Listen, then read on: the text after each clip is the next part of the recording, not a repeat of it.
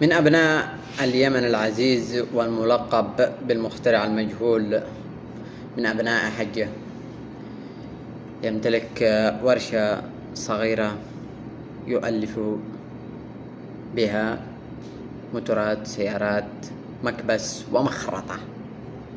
من يصدق؟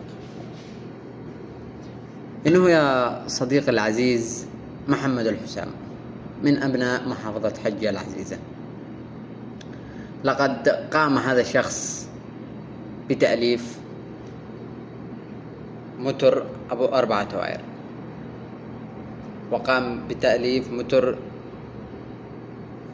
ب3 توائر، وقام بتأليف مكبس هيدروليك يعمل يدويا وقابل أنه يكون في الكهرباء. عوضا عن ذلك أيضا مخرطة. كل هذا بإمكانيته البسيطة المتوفرة فقط لديه. تمام. طبعا واحد بالحجم هذا ما شاء الله عليه مبدع، ما زال. عندما رأيت أحد الفيديوهات له، مش أحد الفيديوهات، هو فيديو واحد الصراحة داخل اليوتيوب كله لمحمد الحسام.